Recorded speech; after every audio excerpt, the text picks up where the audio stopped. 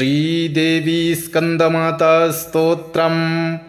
ॐ देवी स्कंदमातायै नमः।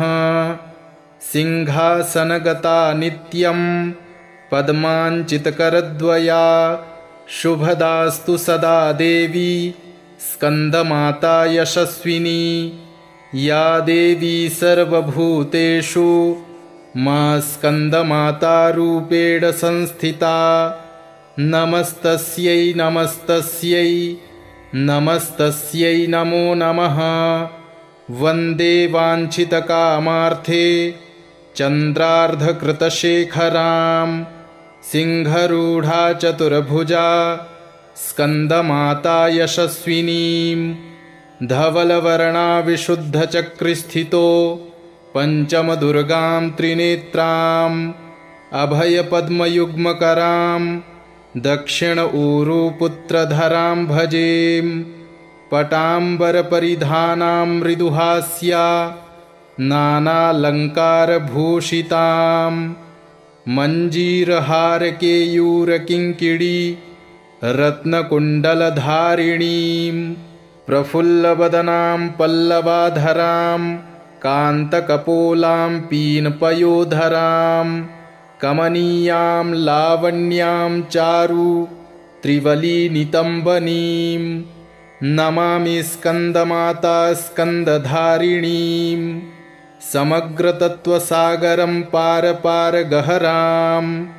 शिवाप्रभासमुज्ज्वलां स्फुज्जसागशेखरां ललाटरत्नभास्करां जगत्प्रदीप्तिभास्करां।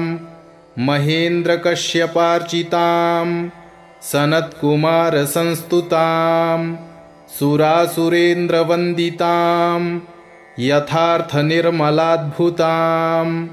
अतर्क्यरोचिरुविजां विकारदोषवर्जितां मुमुक्षुभिर्विचिन्तितां विशेषतत्त्वमुञ्चितां। नानालङ्कारभूषितां मृगेन्द्रवाहनाग्रजां सुशुद्धतत्त्वतोषणां त्रिवेदमारभूषणां। सुधार्मिकौपकारिणी सुरेन्द्रवैरिघातिनीं शुभां पुष्पमालिनीं सुवर्णकल्पशाखिनीं तमोन्धकारयामिनीं शिवस्वभावकामिनीं। सहस्रसूर्यराजिकां धनञ्जयोग्रकारिकां सुशुद्धकालकन्दला सुभृडवृन्दमञ्जुला। प्रजायिनी प्रजावती नमामि मातरं सतीं। स्वकर्मकारणे गतिं हरप्रिया च पार्वतीम्। अनन्तशक्तिकान्तिदा यशो अर्थभुक्तिमुक्तिदां पुनः पुनर्जगद्धितां नमाम्यहं सुरार्चितां। जयेश्वरी त्रिलोचने प्रसीद देवी पाहि माम्। ऐं बीजालिङ्का देवी पदयुग्मधरा परा हृदयं पातु सा देवी कार्तिकेययुता। श्रीं ह्रीं हुं ऐं देवी पर्वस्या पातु सर्वदा। सर्वाङ्गं मे सदा पातु स्कंदमाता पुत्रप्रदा। वाडवाडामृते हुं फट् बीजसमन्विता। उत्तरस्या तथाग्ने च वारुणे नैऋते अवतु। इन्द्राणी भैरवी चैव सिताङ्गी च संहारिणी। सर्वदा पातु मां देवी चान्यान्यासु हि दिक्षु वै। ॐ देवी स्कंदमातायै नमः। सिंहासनगता नित्यं पद्माञ्चितकरद्वया शुभदास्तु सदा देवी स्कंदमाता यशस्विनी। या देवी सर्वभूतेषु मा स्कंदमाता रूपेण संस्थिता। नमस्तस्यै नमस्तस्यै नमस्तस्यै नमो नमः। वन्दे वाञ्छितकामार्थे चन्द्रार्धकृतशेखरां सिंहरूढा चतुर्भुजा स्कन्दमाता यशस्विनीं धवलवर्णा विशुद्धचक्रिस्थितो पञ्चमदुर्गां त्रिनेत्राम् अभयपद्मयुग्मकरां दक्षिण ऊरुपुत्रधरां भजेम। पटाम्बरपरिधानां मृदुहास्या नानालङ्कारभूषितां मञ्जीरहारकेयूरकिङ्किणी रत्नकुण्डलधारिणीं प्रफुल्लवदनां पल्लवाधरां कान्तकपोलां पीनपयोधरां कमनीयां लावण्यां चारु त्रिवलीनितम्बनीं नमामि स्कन्दमाता स्कन्दधारिणीं समग्रतत्त्वसागरं पारपारगहरां शिवाप्रभासमुज्ज्वलां स्फुच्चशागशेखरां ललाटरत्नभास्करां जगत्प्रदीप्तिभास्करां महेन्द्रकश्यपार्चितां सनत्कुमारसंस्तुतां सुरासुरेन्द्रवन्दितां यथार्थनिर्मलाद्भुतां अतर्क्यरोचिरुविजां विकारदोषवर्जितां मुमुक्षुभिर्विचिन्तितां विशेषतत्त्वमुञ्चितां नानालङ्कारभूषितां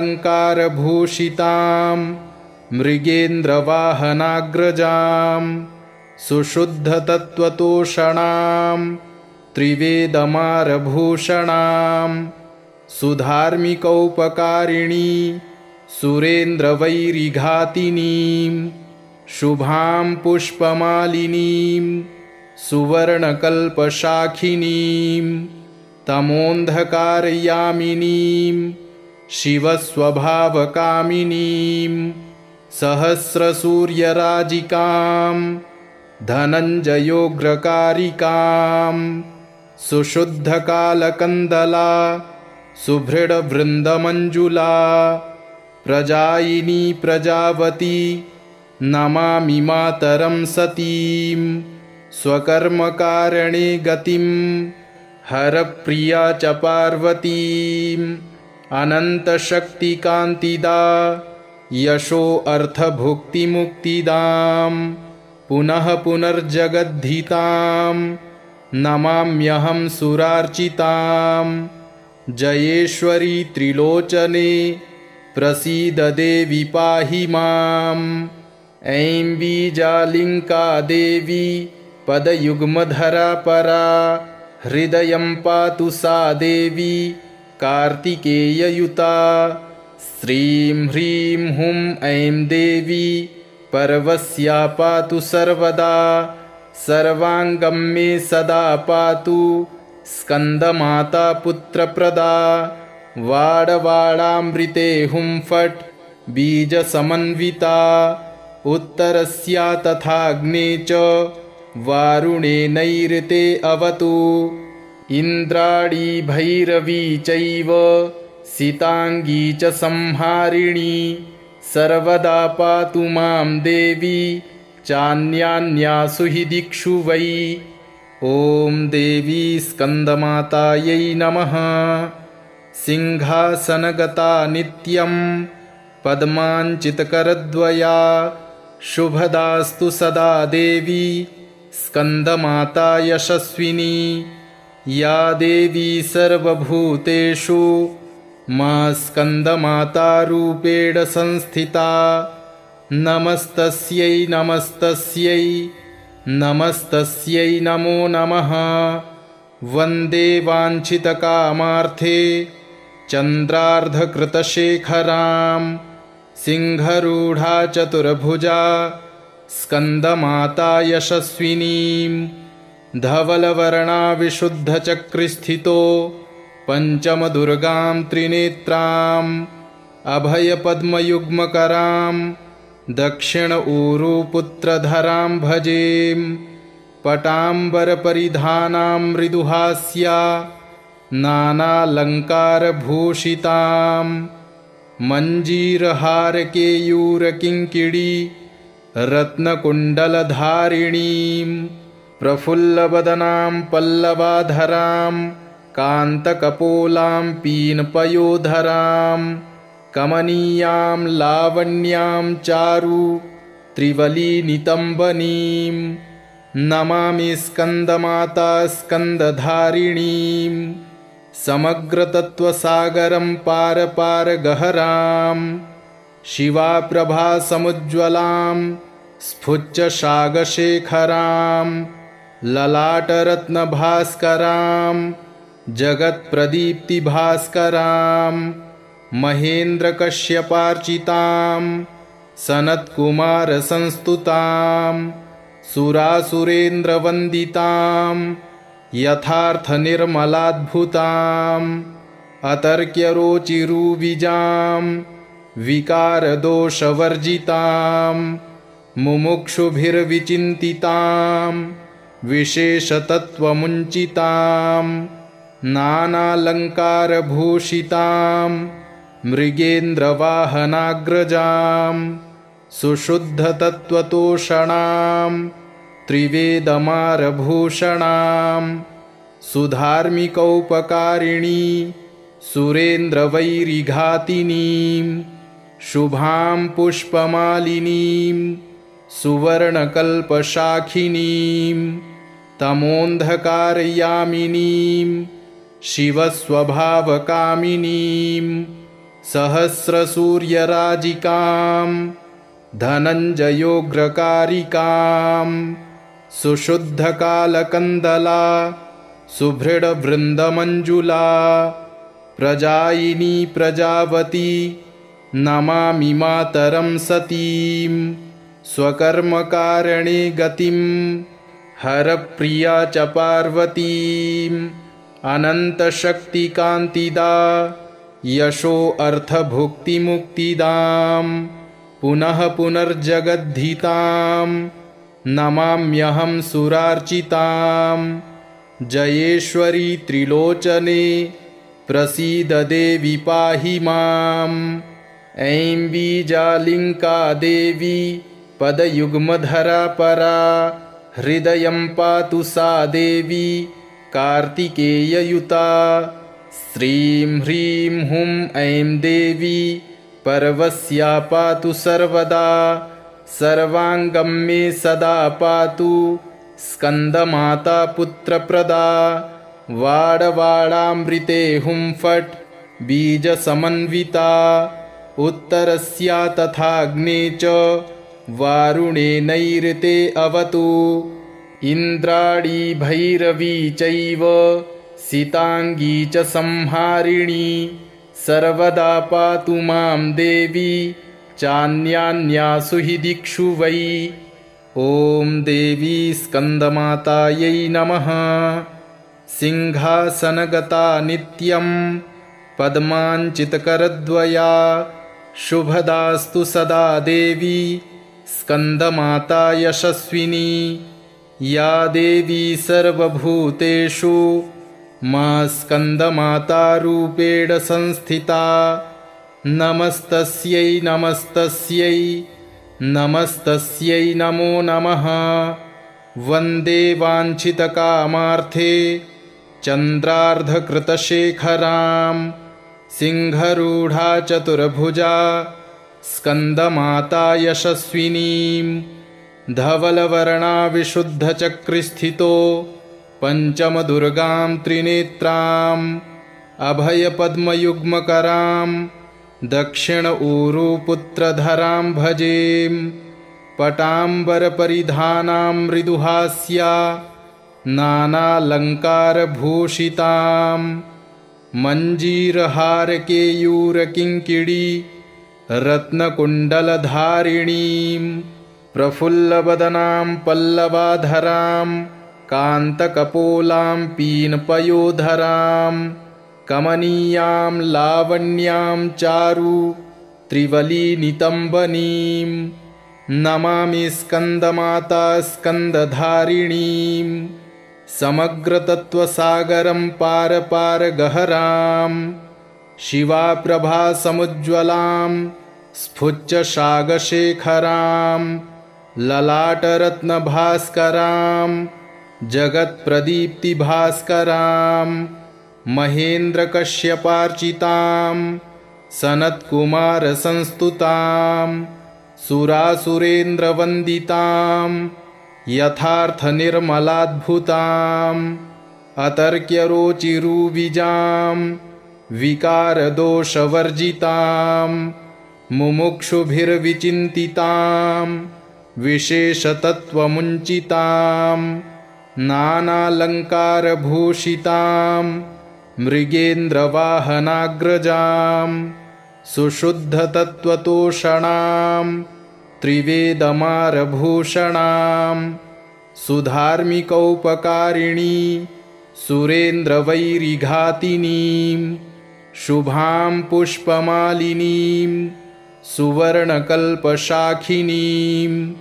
तमोन्धकारयामिनीं शिवस्वभावकामिनीं सहस्रसूर्यराजिकां धनञ्जयोग्रकारिकां सुशुद्धकालकन्दला सुभृडवृन्दमञ्जुला प्रजायिनी प्रजावती नमामि मातरं सतीं स्वकर्मकारणे गतिं हरप्रिया च पार्वतीम् अनन्तशक्तिकान्तिदा यशो अर्थभुक्तिमुक्तिदां पुनः पुनर्जगद्धितां नमाम्यहं सुरार्चितां जयेश्वरी त्रिलोचने प्रसीद देवी पाहि माम् ऐं बीजालिङ्का देवी पदयुग्मधरा परा हृदयं पातु सा देवी कार्तिकेययुता श्रीं ह्रीं हुं ऐं देवी पर्वस्या पातु सर्वदा सर्वाङ्गं मे सदा पातु स्कन्दमाता पुत्रप्रदा वाडवाडामृते हुं फट् बीजसमन्विता उत्तरस्या तथाग्ने च वारुणे नैऋते अवतु इन्द्राणी भैरवी चैव सिताङ्गी च संहारिणी सर्वदा पातु मां देवी चान्यान्यासु हि दिक्षु वै।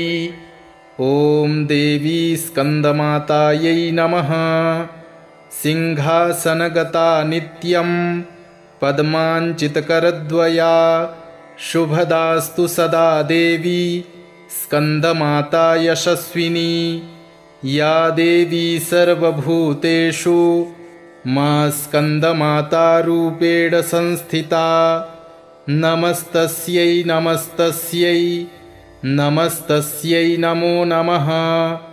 वन्दे वाञ्छितकामार्थे चन्द्रार्धकृतशेखरां सिंहरूढा चतुर्भुजा स्कन्दमाता यशस्विनीं धवलवर्णा विशुद्धचक्रिस्थितो पञ्चमदुर्गां त्रिनेत्राम् अभयपद्मयुग्मकरां दक्षिण ऊरुपुत्रधरां भजेम। पटाम्बरपरिधानां मृदुहास्या नानालङ्कारभूषितां मञ्जीरहारकेयूरकिङ्किणी रत्नकुण्डलधारिणीं प्रफुल्लवदनां पल्लवाधरां कान्तकपोलां पीनपयोधरां कमनीयां लावण्यां चारु त्रिवलीनितम्बनीं नमामि स्कन्दमाता स्कन्दधारिणीं समग्रतत्त्वसागरं पारपारगहरां शिवाप्रभासमुज्ज्वलां स्फुज्जसागशेखरां ललाटरत्नभास्करां